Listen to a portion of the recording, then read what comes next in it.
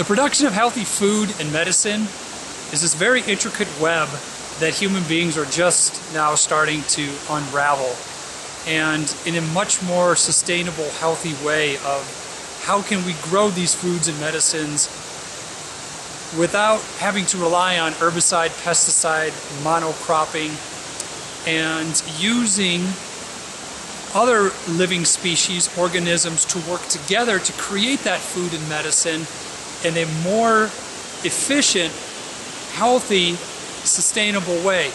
And although I am, and probably most of you are quite partial to the fungal kingdom, which plays a very, very important role, there is many, many levels beyond that. And today I want to take you on a small field trip to show you someone who is who's combining those systems together in a fantastic way to create healthy food and medicine.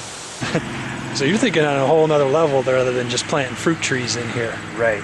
Yep. I think that's, you know, we're trying to build a family, a tribe. Of plants. Of plants that Nice. coexist with each other, that help benefit each other.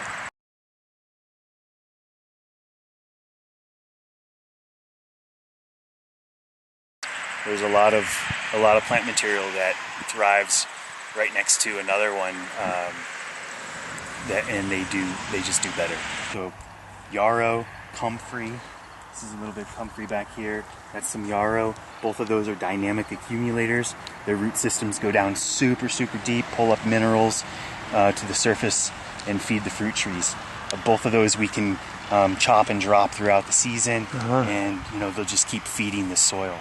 So the other purpose for the yarrow, it has a umbelliferous flower, which is an umbel, like an umbrella-shaped flower. And that brings in a parasitic wasp, the trichogramma wasp. It's a little very, very tiny microscopic wasp that lives in the bloom. Also, the fennel back there is another umbelliferous flower. So we plant those around the fruit trees to bring in the beneficial wasps that will take care of that famous larvae that goes into the apple. That's the seed here. Now it's coriander. It used to be cilantro.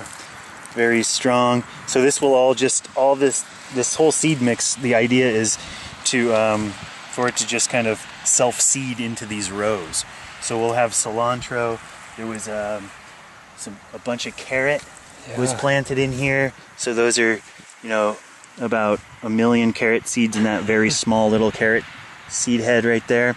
There were daikon radish to just send a big tuber into the soil and start breaking up the clay. And so that as well is just going to keep seeding itself for the next few years, we hope, and just start just the beginning of building the soil with a good bug blend that will eventually break up the soil and feed the bees and bring in pollinators and other beneficials. We're here building compost. We've had a good weeding session happen in the last couple of weeks. And so these are all the weeds, and this is what you're making your compost out of? That's right. That and when we have an abundance of comfrey, we love to bring our comfrey, which you're growing right here. Which we're growing right here. Right. Just plugged in, 50, 60 gallon-sized pots. Take a year or so before we're swimming in comfrey. But that's part of it. It's just 2-3 times easily a year to take that comfrey and bring it here as a nitrogen source. Really heat it. Yeah, food scraps, coffee grounds, anything like that will just really help heat it. This is more of like a hot composting versus a vermiculture composting. So there isn't going to be a lot of insects that are going to be doing the breaking down process at the beginning here. Really, it's just the nitrogen, carbon, and then it just kind of starts. Temperatures rise and compost happens. Or every plant material that we're cutting or weeding in the orchard, we're using it, bringing it back to the compost pile, layering it, watering it, keeping moisture for the microbes to do their thing, and then eventually, this goes back into the orchard. So we're trying to complete that cycle where you take your waste. So it's literally coming. The distance that a lot of this is moving is from. It's a matter of hundreds of feet, basically. Feet at the most. And it's making a circle. It's going to make a circle. Right. It's actually saved my last 2 wheelbarrows of a compost pile to start and inoculate another one. Nice. Yeah, like it is. So it's like sourdough or yogurt or kombucha. Yep, Yeah, exactly. it's like kombucha compost. Yeah. There we go. So yeah, Nice. and all the material is here. It just takes time, and here we are in Colorado, alkaline, dry, clay soil. The best thing we could have, we can do for our orchard is to build soil. And with this compost, when it's finished, we can multiply it by 1,000 by brewing compost teas, and then we can spray that all over our plant material and drink it ourselves. And Well, yeah, we'll save that for the next video. This is 6 months, what it can look like in 6 months from hayfield to this. How many trees are planted in here? I think we've got about 52 trees planted. We lost a couple. Apple, I've just done a lot of different heirloom, disease-resistant, cold-hardy apples. So what'd you do with the soil when you started this whole thing?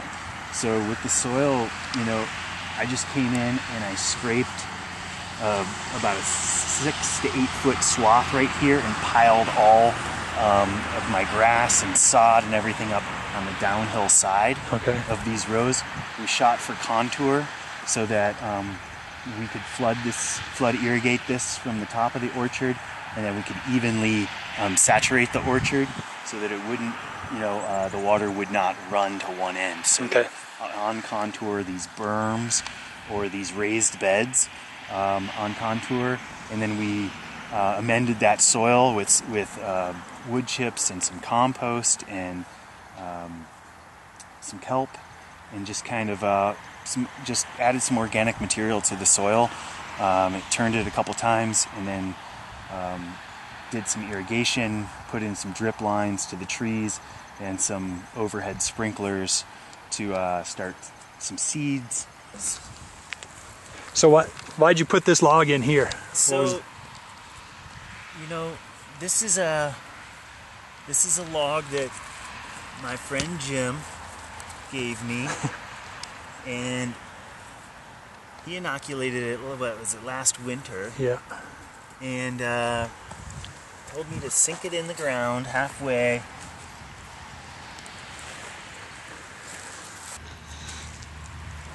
So basically you took an inoculated log and inoculated the wood chips. Man, that's gotta be like 2 pounds of oyster mushrooms right there. So we'll have to check next spring. We'll probably have some more pop up in some different places. We've got to wrap trees in the winter and just be their little guardians for a little while until they get established. So, and mending that soil is really important. Mulching is super important. Right. Trying to build a fungal dominant soil for these fruit trees is exactly what we're trying to do. So and I noticed we were walking earlier, we saw few different other species of mushrooms. Speaking of fungal dominated soil, this has been the first 3 days of rain we've had in a long time. So I've already seen I think at least two different species in there. I'm sure there's many more that are going to come up over the year, but those just all were they were in that either compost, in the wood chips, somewhere along, but they're obviously thriving under there because I've seen a lot of them through here in just this little rain episode that we've had. Plus your new addition, this one right here. Look at that. Yeah.